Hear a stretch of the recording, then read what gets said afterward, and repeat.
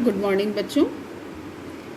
आज हम विज्ञान में पार्ट 6 जंतुओं में अनुकूलन के प्रश्न उत्तर करेंगे।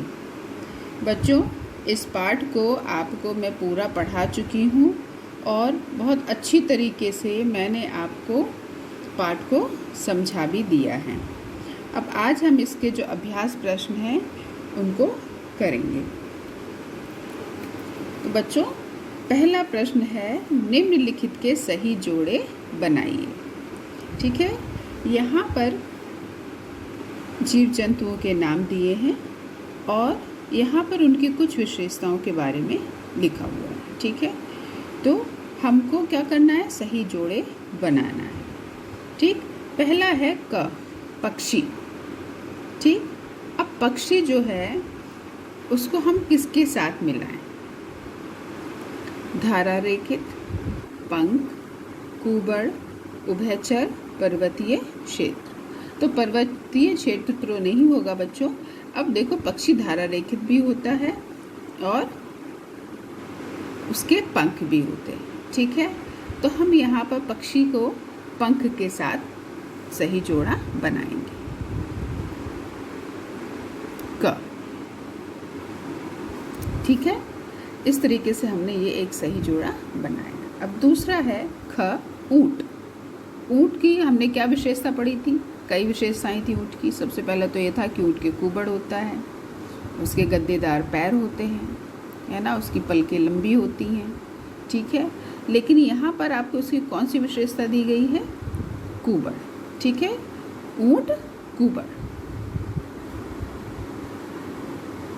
तो ये देखो, उसका हमने सही जोड़ा बना लिया। ग, याक। याक क्या होता है बच्चों? याक जो है वो एक ऐसा जंतु है जो कि कहाँ पाया जाता है? पर्वतीय क्षेत्रों में पाया जाता है ना। याक के जो शरीर होता है उसके ऊपर लंबे लंबे घने बाल होते हैं। ठीक, तो याक को हम किसके साथ मिलाएंगे? पर्वतीय क्षेत्र। ग, घ, मछली। मछली का जो शरीर का आकार होता है वो कैसा होता है? धारा रेखित। ठीक है, तो मछली धारा रेखित। घ।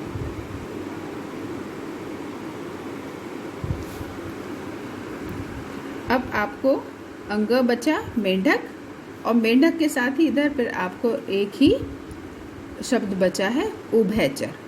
उभयचर मेंढक जो है वो कैसा जंतु होता है? उभयचर। उभयचर आपको मालूम है ना कि ऐसे जीव जंतु होते हैं जो कि जल में और स्थल मतलब भूमि पर दोनों जगह रह सकते हैं। अब प्रश्न नंबर 2, प्रश्नों के उत्तर लिखिए। ठीक है, प्रश्न नंबर 2, प्रश्नों के उत्तर लिखिएगा। जीवधारियों में अनुकूलन के क्या कारण हैं? तो बच्चों, जब जीवधारियों में अनुकूलन के कारण आपको पढ़ाए थे मैंने, सबसे पहले कौन सा है? यहाँ पर देखो, मैंने एक काले पेन से यहाँ पर शीर्षक हेडिंग डाल दी है, अनुकूलन के कारण। आप भी इस तरीके से काले पेन का इस्तेमाल करके लिख सकते हैं, और काला पेन नहीं है तो आप नीले पेन से ही लिखें। पहला, भोजन की उपलब्धता, है ना। भोजन की उपलब्धता मतलब जहाँ उनको भोजन आसानी से मिलता है वो ऐसी जगहों पर रहना पसंद करते हैं। दूसरा, वातावरण। तीसरा, प्रजनन। चौथा, शत्रुओं से सुरक्षा। तो अनुकूलन के कौन कौन से कारण होते हैं? पहला, भोजन की उपलब्धता। दूसरा, वातावरण। तीसरा, प्रजनन। चौथा, शत्रुओं से सुरक्षा।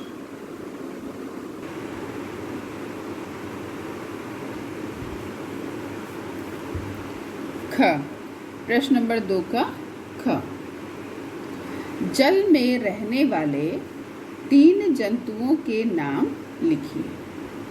तो बच्चों, यहाँ पर हमें जो पानी के अंदर, जो जल के अंदर रहते हैं, 3 जंतुओं के नाम लिखने हैं। सबसे पहला मछली, दूसरा ऑक्टोपस, तीसरा मगरमच्छ। आप केकड़ा भी लिख सकते हो क्योंकि केकड़ा भी पानी में ही रहता है। ठीक है, मगरमच्छ, मछली, ऑक्टोपस, मगरमच्छ। ग, मछली की 2 विशेषताएं बताइए जो उसे जल में रहने के अनुकूल बनाती हैं। मछली की हमें कितनी विशेषताएं बतानी है? 2, और 2 विशेषताएं बतानी है। और कौन सी विशेषताएं? जो विशेषताएं उसे जल में रहने के अनुकूल बनाती हैं। तो विशेषताएं मैंने यहाँ पर देखो हेडिंग डाली है, विशेषताएं। पहली विशेषता है बच्चों, धारा रेखित आकृति का शरीर जो तैरने में सहायक होता है। धारा रेखित, जो कि सामने से और पीछे से पतला होता है और बीच में क्या होता है? चौड़ा होता है। तो मछली का जो शरीर होता है वो इसी तरीके से होता है, और मछली का भी होता है बच्चों इसी तरह का धारा रेखित, और पक्षियों का भी होता है ना।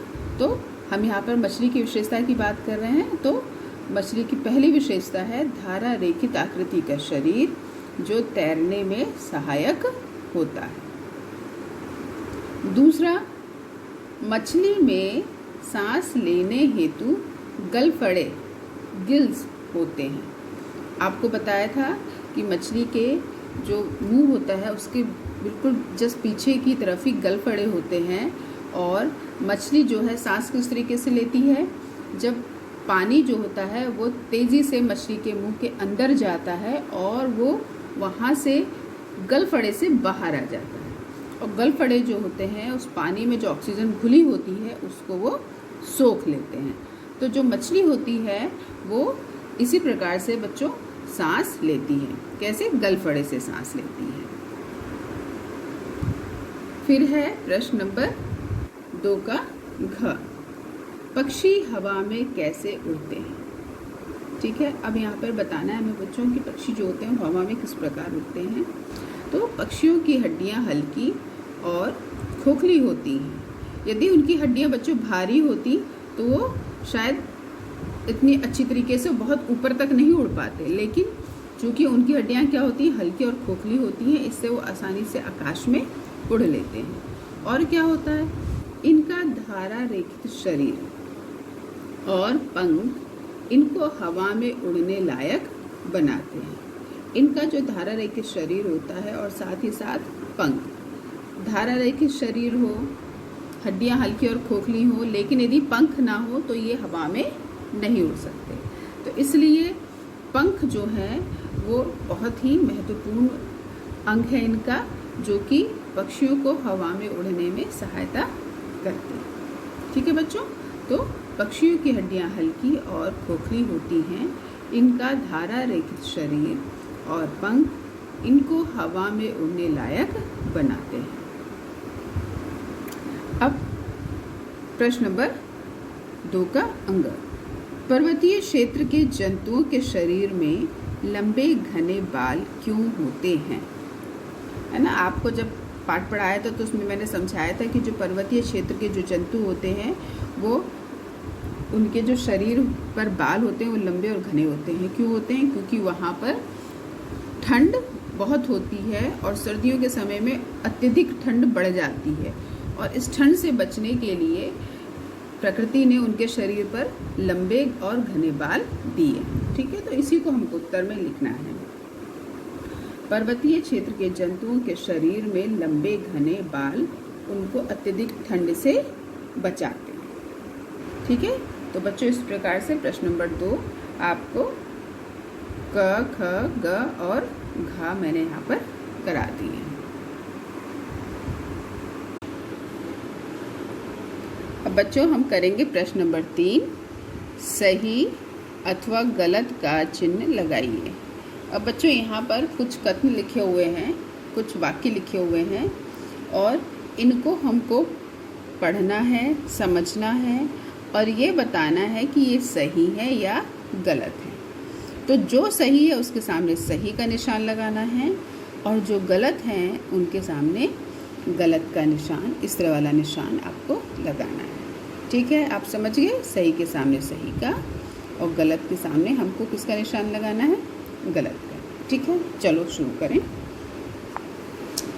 क, मेंढक एक उभयचर जंतु है। अभी आप इसको पढ़ के आए ना कि मेंढक एक उभयचर जंतु है, और आपने सही जोड़ा भी बनाया है। उभयचर मतलब ऐसे जंतु जो जल के अंदर और भूमि पर दोनों जगहों पर रह लेते हैं। तो ये क्या है? सही।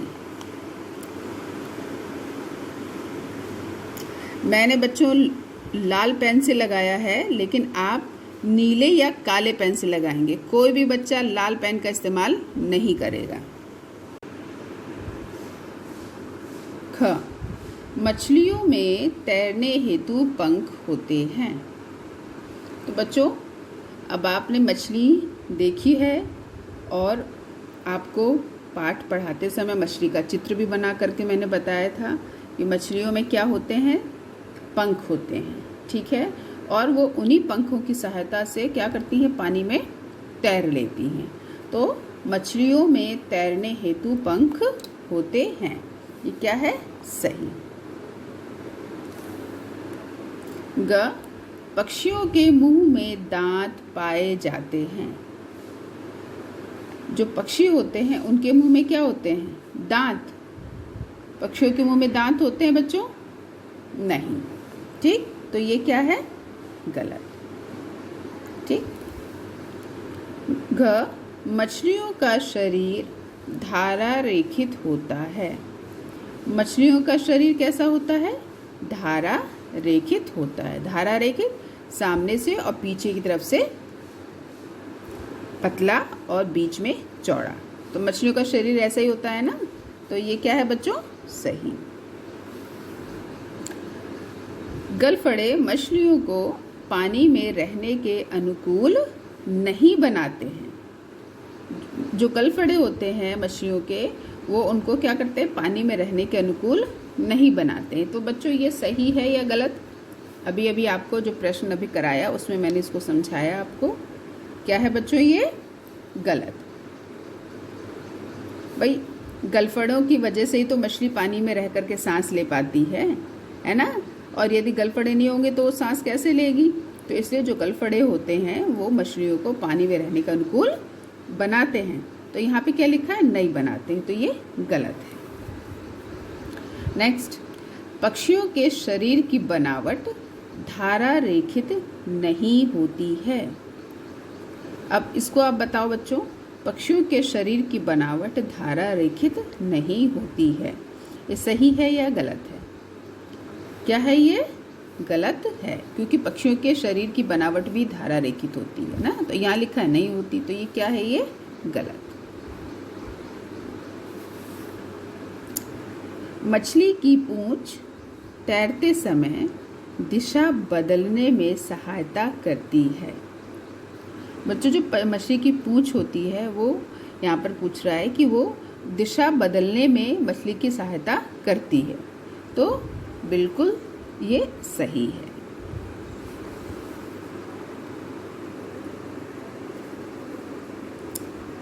मछली का शरीर नाव के आकार का नहीं होता है।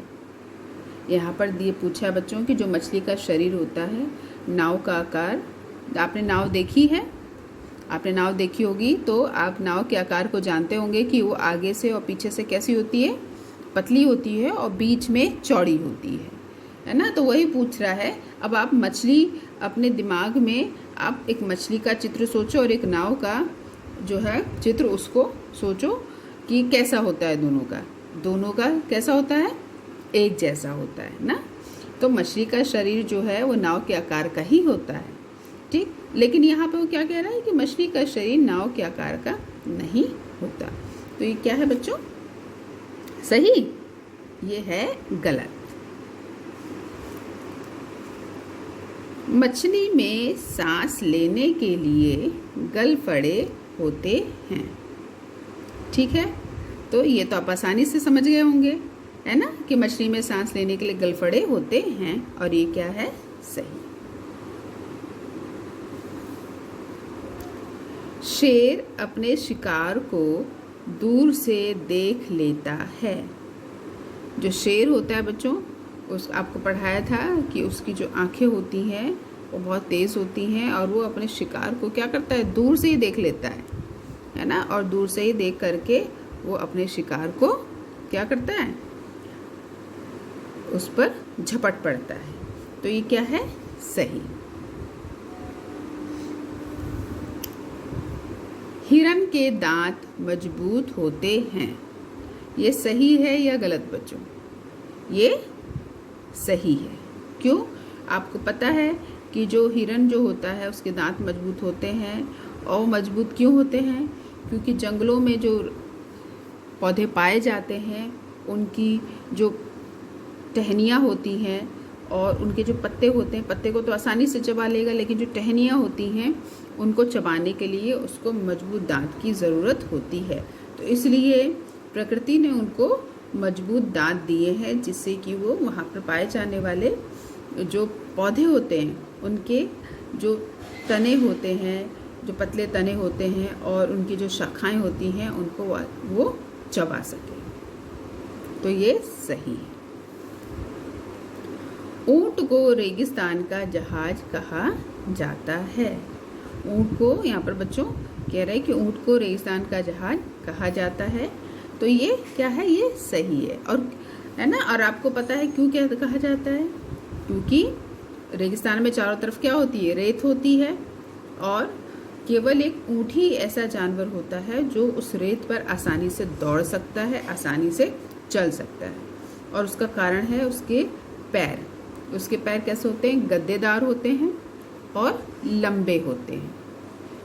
और लंबे होने की वजह से जो बालू होती है वो उसके शरीर तक नहीं पहुंच पाती, और उसकी आँखों की जो पलकें होती हैं वो भी लंबी होती हैं, जिससे कि चलते समय या दौड़ते समय जो बालू छिटकती है वो भी उसकी आँखों तक नहीं पहुंच पाती, है ना। इसलिए जो ऊँट होता है उसको रेगिस्तान का जहाज कहा जाता है।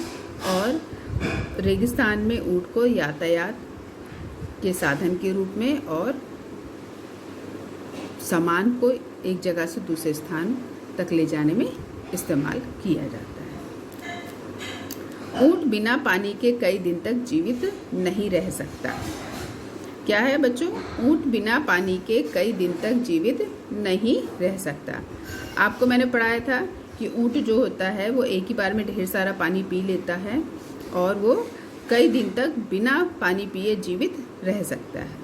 ठीक है, वो हम लोग के समान नहीं है कि हमने एक दिन में मान लीजिए पानी पी लिया और फिर 2-3 दिन तक हमको प्यास ना लगे। हमको थोड़ी थोड़ी देर में प्यास लगती रहती है और हम पानी पीते रहते हैं। लेकिन जो ऊँट होता है वो बिना पानी पिए कई दिन तक जीवित रह सकता है। ठीक, और यहाँ पे वो क्या पूछ रहा है कि ऊँट बिना पानी के कई दिन तक जीवित नहीं रह सकता है। तो ये क्या है बच्चों? ये है गलत।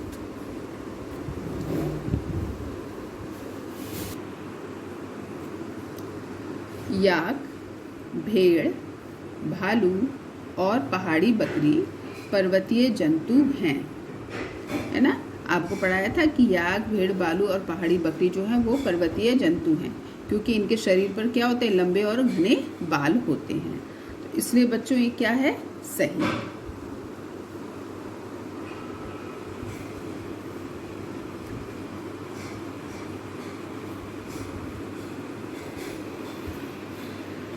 पर्वतीय क्षेत्र में पाए जाने वाले जंतुओं के शरीर पर घने और लंबे बाल होते हैं। तो अब घने और लंबे बाल होते हैं। अब आपको तुरंत आ गया होगा दिमाग में कि हाँ ये तो बिल्कुल सही है ना। तो सही है क्यों? क्योंकि वहाँ पर हर समय बर्फ़, वहाँ ठंडा रहता है और वहाँ पर कई क्षेत्रों में तो बर्फ़ भी जमी होती है। तो इसलिए उस ठंड से बचने के लिए इनके शरीर पर क्या होते हैं? घने और लंबे बाल होते हैं। इसलिए बच्चों ये क्या है? सही। ऊँट की पलकें छोटी होती हैं। ऊँट की पलकें कैसी होती हैं?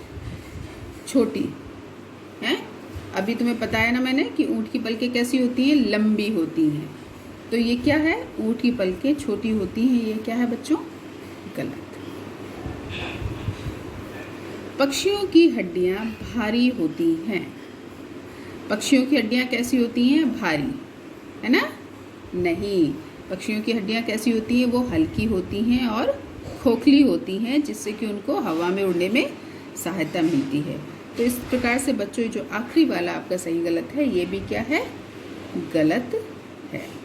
तो इस प्रकार से बच्चों आपको मैंने पाठ के सारा प्रश्न मैंने आपको करा दिया है, और जो आपको मैंने ये प्रश्न कराया है सही अथवा गलत, इसमें जो लाल पेन से मैंने निशान लगाए हैं आपको काले या नीले पेन से लगाने हैं। सब ध्यान से सुन लीजिए, काले और नीले पेन से लगाने। कोई भी बच्चा लाल पेन का इस्तेमाल करके ये निशान नहीं लगाएगा।